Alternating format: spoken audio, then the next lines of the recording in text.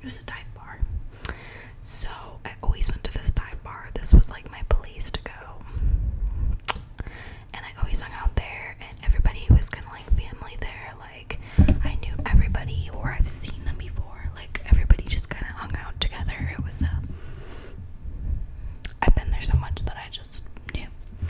Anyway, so there was one night that I was there and hanging out with a bunch of people, and I met this dude. He was just kind of hanging out with my friends and me, and we were all playing pool, and I kicked ass as usual. No, but for real, I did win that night. I was doing good, I remember. And then anyways, so there was gonna be like an after party at this other guy's house, which is actually a whole nother story time. This other dude that I'm talking about.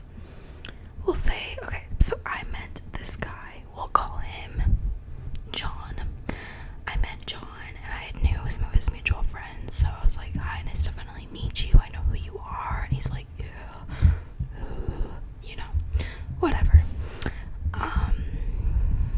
So we were talking and just having a good time, whatever. And John's like, oh yeah, I heard about this after party at Blake's house. I'll just name him Blake. And I already knew Blake, and I was actually really close with Blake, so I'm like, yeah, I'm going to that after party too. So we can go, yeah, whatever. He's like, well, I actually don't have a car, so can I like ride with you to that party? And I'm like, sure, because I gotta go there anyway, so whatever. Nicer to have somebody to ride with. By the way, this guy I'm talking about, John, it was not anything like flirtatious or romantic. It was just a dude, just a friend, whatever. This is not a romantic endeavor. He actually had a baby mama who was pregnant, so I think she might want to reconsider because I think he's psychotic.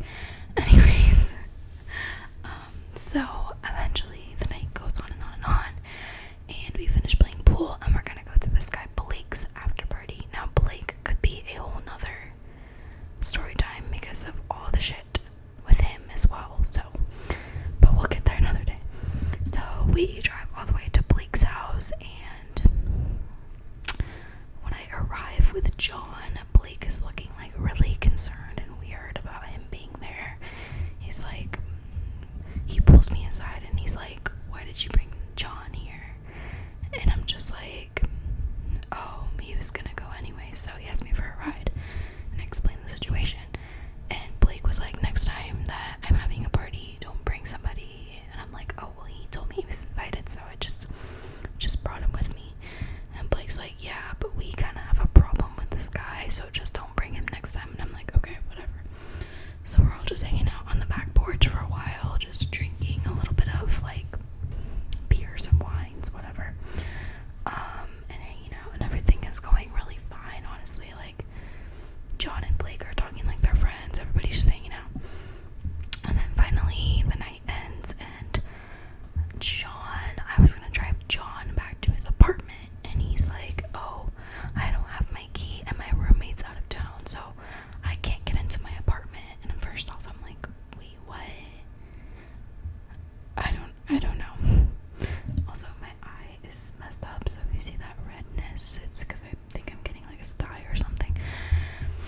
Anyways, so I'm like, okay, so what do you want to do? Do you just want to like take an Uber somewhere home? And he's like, actually, do you mind if I just like crash on your couch or something for the night?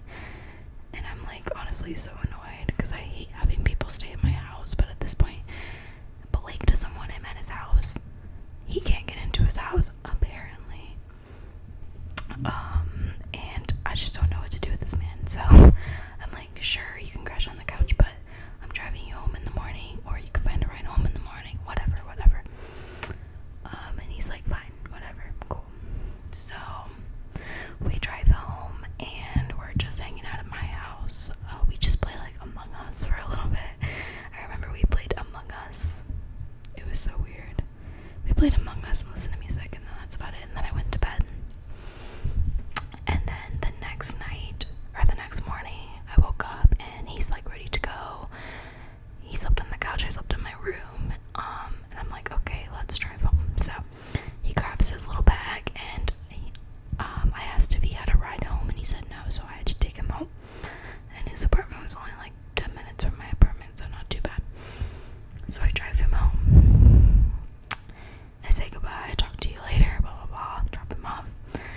then I go home. And I see that I got, for my birthday, I got about $500 worth of Visa gift cards. And I realized when I got home that all of them were missing. And I realized that all the alcohol in the house was missing. And all my cash that I keep in my drawer. Not anymore. Don't worry. Don't try to come rob me, because you're not going to find any cash. But all my cash and all my alcohol and my Visa gift cards were gone.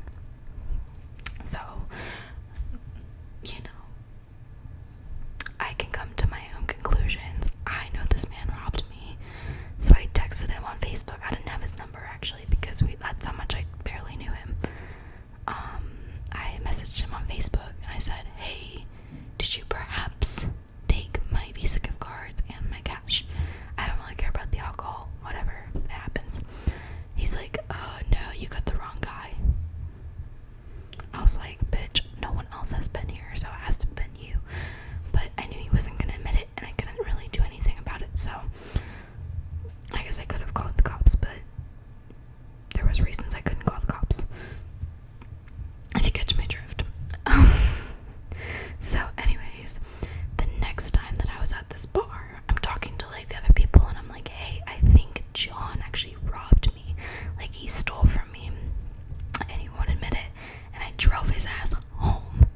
And they're like, oh, you didn't know? Josh is like a known kleptomaniac. And I'm like, what? Like, this is so, I mean, you guys remember when I was so naive, I didn't even know what weed was.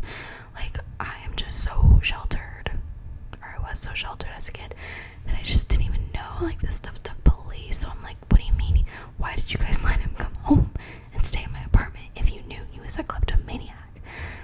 But they're like, oh yeah, he's actually like stolen from like major businesses. He's stolen from a lot of us. That's why we don't let him come over, and that's why Blake didn't want him to come over.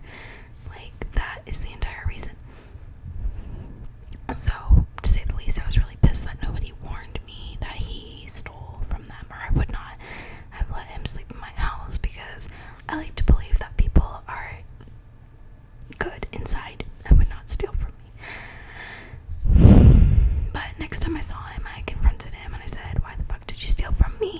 He's like, I didn't. I'm like, yeah, I heard from everybody that you do steal a lot, so I don't really care, whatever. And the funny part is, like, apparently he doesn't actually need the money. Like, he just steals to steal. Like, maybe he just like gets off on it or something. I don't know. It's like something in their heads where they have to steal. But I'm just like, I'm gonna tell your baby mama that you stole from me.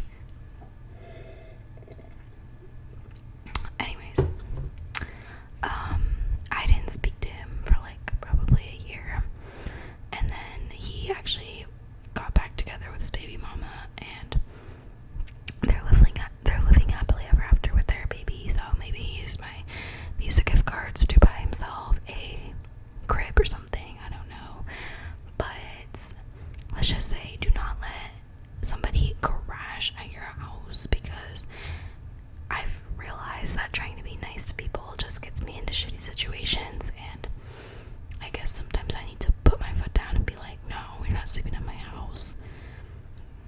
Because the craziest part to me is that I drove this man home. I drove him to this party that we went to. I drove him back to my apartment. I let him sleep on my couch, and then I drove him home. And how does he repay me? He steals from me. So